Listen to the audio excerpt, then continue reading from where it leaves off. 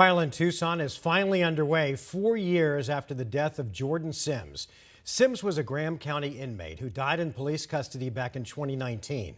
Her mother says that Graham County's negligence led to her daughter's death.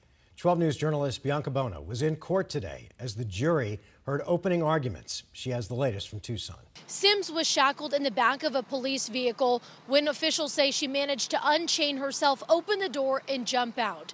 The Attorney General's office reviewed the case and found no evidence of criminal wrongdoing.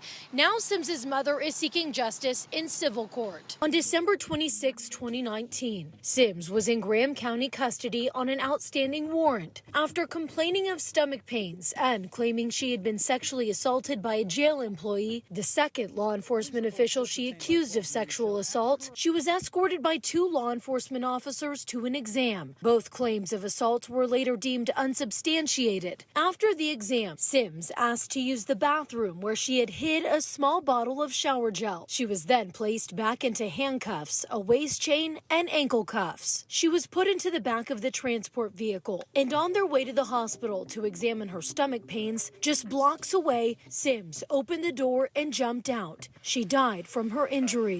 Her mother's attorneys say county staff was at fault. And despite knowing Simms struggled with addiction and mental health issues, they didn't pay close enough attention to her and somehow missed her slipping out of all of her restraints while inches away from them in the back seat. Plaintiff's attorneys also say the child safety feature was left unlocked on the patrol vehicle, allowing Simms to open the door. These doors are supposed to open on the inside. But the defense says Simms stayed within the 2 officers' line of sight, and they couldn't have prevented her sudden jump, adding her escape wouldn't have been possible had she not smuggled the tube of soap. Attorneys noting the officers were not aware of the child lock feature on the door. The defense attorney concluded, saying what Simms did was well thought out and calculated. What happened is going to affect me for the rest of my life. Sanchez says this is the start of the biggest fight of her life and the last place she believes she can get her daughter justice. She deserved to have me fight for her. She deserved to have me use my voice for her.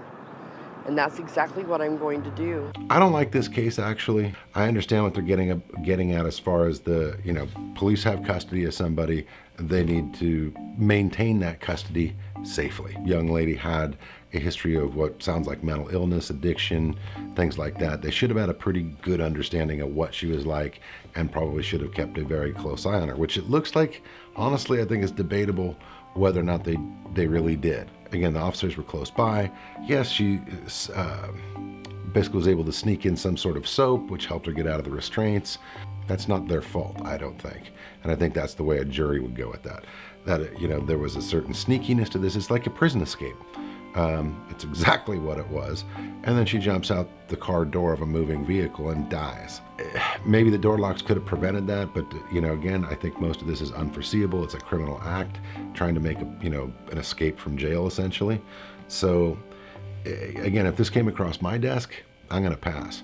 However, I'm sure there's a bunch of lawyers out there that would actually be interested in this one. Obviously, it was interesting enough to make the news, but I don't like it. This is gonna boil down to a question for a jury.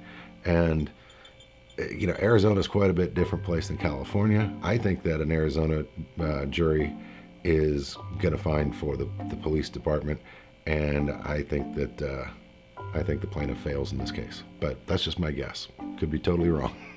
Let us know what you think in the comments below. And while you're down there, please like and subscribe. Thanks again for watching.